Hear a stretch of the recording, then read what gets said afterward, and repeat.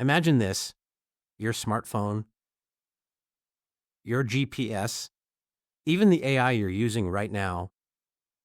None of them would exist without ideas that began more than 1,000 years ago.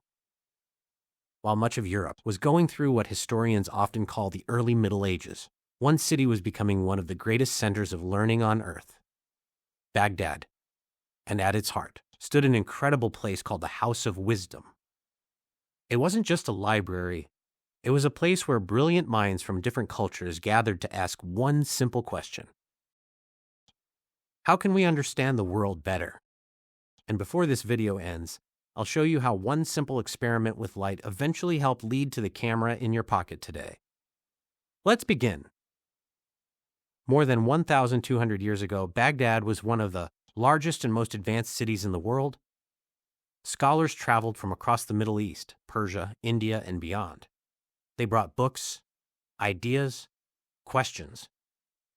Instead of arguing over who was right, they translated knowledge, tested old theories, challenged accepted beliefs, and built on each other's discoveries. That mindset changed history. Science wasn't about memorizing answers. It became about asking better questions.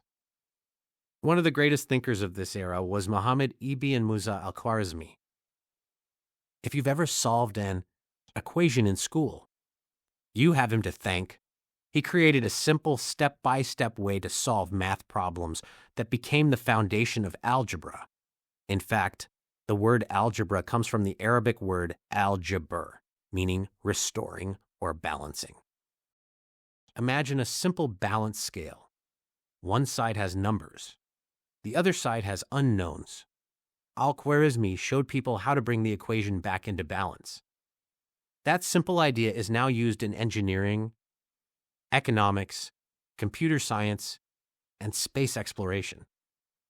But here's the part almost nobody knows: the word algorithm. One of the most important words in modern technology comes from the Latin version of Al-Khwarizmi's name.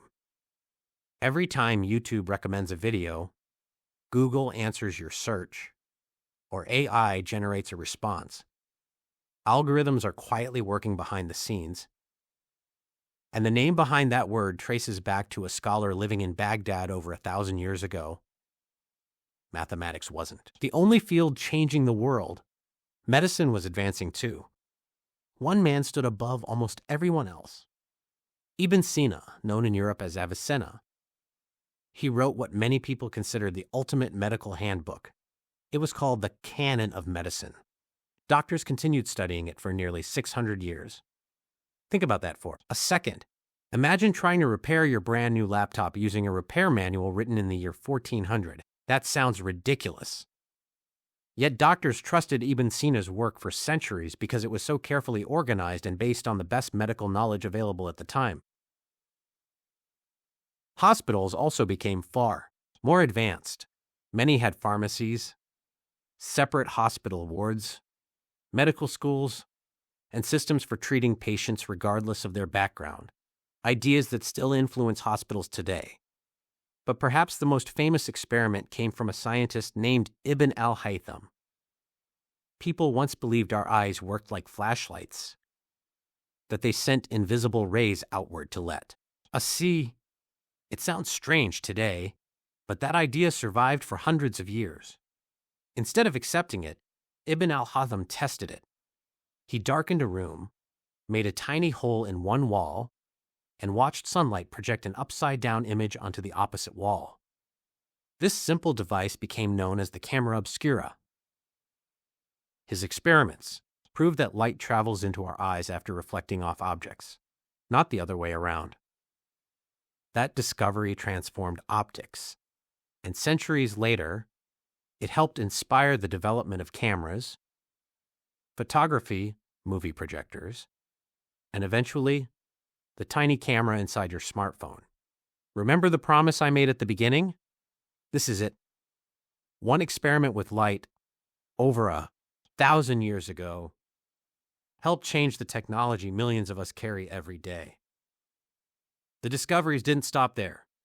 Astronomers built observatories that carefully tracked stars and planets. They improved navigation, refined calendars, and developed instruments like the astrolabe, helping travelers cross deserts and sailors navigate the seas long before GPS existed.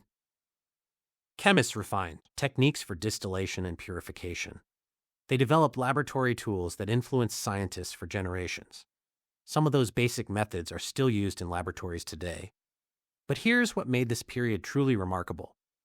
These scientists didn't work alone. The real secret wasn't just what they discovered. It was how they worked. Imagine one giant room filled with mathematicians, doctors, astronomers, engineers, translators, philosophers, people from different cultures and backgrounds, all sharing ideas instead of keeping them to themselves. Knowledge wasn't seen as something to own, it was something to improve, and every generation added another piece to the puzzle. Eventually, many of these books were translated into Latin and spread across Europe. They helped inspire new generations of scholars during the Renaissance. Modern science wasn't built by one civilization. It was built by countless people across many cultures, each passing knowledge to the next. Today, every time we solve an equation, visit a hospital, take a photograph, use GPS, or ask an AI a question, we're benefiting from ideas that have traveled through centuries of human curiosity. The Islamic Golden Age reminds us of something powerful. Great discoveries don't happen because one person knows everything. They happen because people ask questions, share ideas, test them, and keep learning. Science has always been a global story, and that story is still being written today.